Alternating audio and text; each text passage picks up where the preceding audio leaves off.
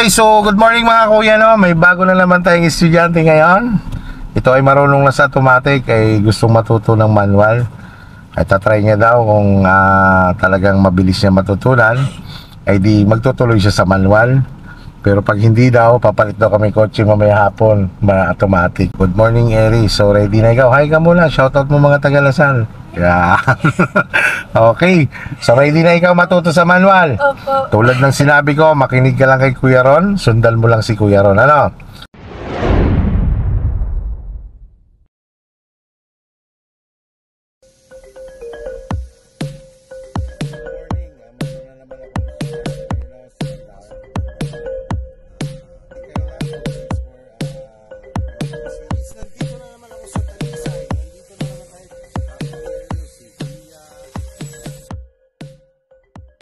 Okay, before tayo mag-move, syempre, refresh muna tayo ng ikaw ang gumagawa, no? Signal ikaw sa left, signal sa right.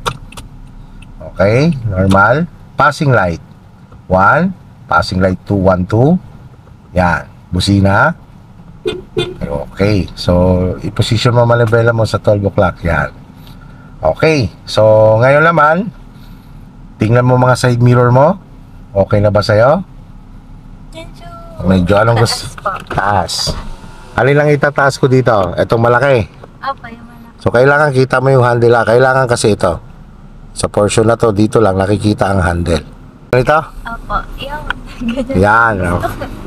So sa bagay, ito naman kasi nakikita mo eh. Yung gulong yan. Yan. Okay, rear mirror. So anong purpose ni rear mirror?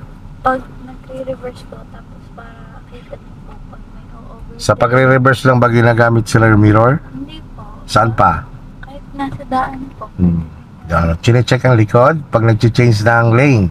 Yan ang unang tinitingnan pag nag-change ka ng lane. Kasi ito nga, lahat nakikita sa likod. Ano?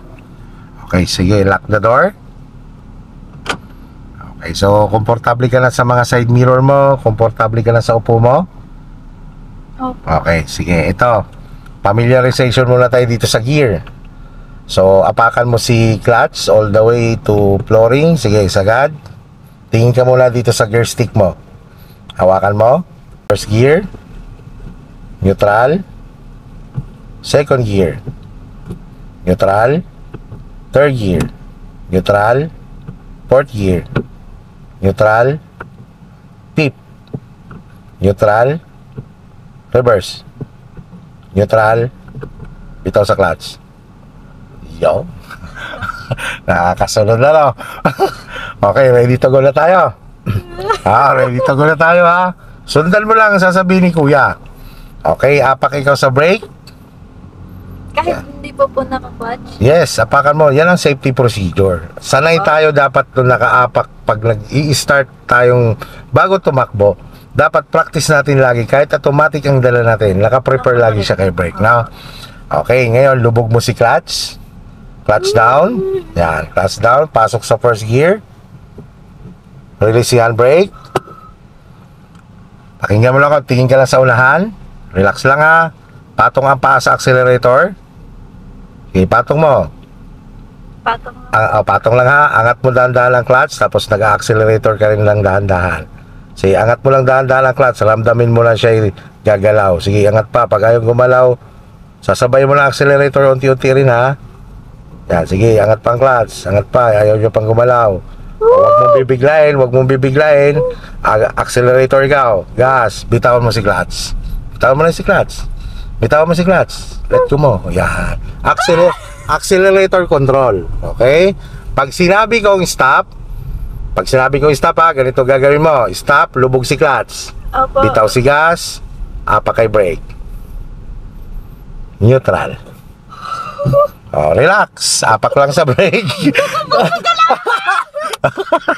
Takto. No?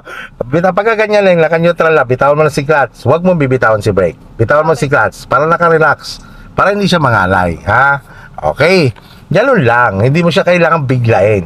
Kailangan makita mo yung momentum niya na napagalaw. Kasi yan ang challenge sa kay manual. Kailangan from the stop, mapagalaw mo muna siya. Dahil pag yay gumalaw na lang, pag naglilipat ka ng gear, madali na yon. Opo. Basta't natatimingan mo lang. Basta tandaan mo ha, kapag nagpapalit na tayo ng gear mamaya, pag sinabi kong second gear, ang paa sa gas, angat, lubog si clutch, lipat, bitaw ulit si clutch bago nagagas. Ang ginagawa kasi natin is stop and go ito. Opo. Kapag sa stop and go, yan yung management. Clutch and then brake, ha? Opo. Okay, sige, try ulit tayo, i-move natin ulit siya. Sige, apak si clutch. First gear, o punta sa gas. Yan, angat dandan si clutch. Sige, wag mo intindihin yung atras ka. Sige, huwag mong bibiglain. Sige, gas control ikaw, gas. Okay, stop, clutch, brake. Neutral.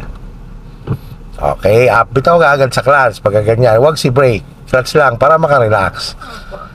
Okay, sige. So, wag mo talaga siya bibiglain. O, bitaw si brake. O, dandaan lang talaga si clutch. Dandaan lang, dandaan lang. Sige, wag mo siya babaguhin sa dandaan. Yan, ganyan lang. Yan, o, let go mo ngayon. Gas control. Opo. Sige, gas control. Yan, di ba? Sige, gas control ka lang. Gas control ka lang muna, no? Signal ikaw sa left. O, lipat ka unti-unti sa left. Hindi mo ganit yung ano. O, tapos dito ka lang sa lane na to. Okay po. Yan, patay mo na si signal light.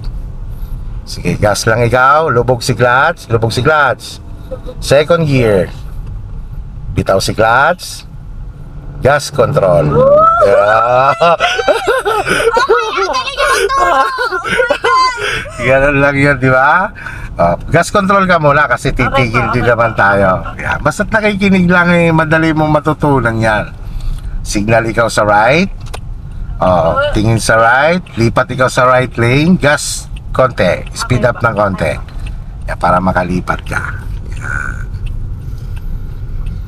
Okay, dahil mabagal lang naman tayo, lubog mo na si clutch. Opo. Neutral mo. Neutral mo. Okay, bitawan mo na si clutch. Dito. Tapos brake na ikaw dahan-dahan hanggang tumigil ka. Okay, first mo. Patayin nyo yung signal light. Yan. Yan lang naman yan. Okay. Manual na talaga. Hindi ka naman mabatik mamaya. Okay, so ganito. Magpo-full turn tayo. Tandaan mo lang nga si manual, kinokontrol siya sa clutch, ang galaw niya, no? Hindi siya katulad ng automatic pag nailagay mo sa drive, brake control ka lang muna habang umiikot.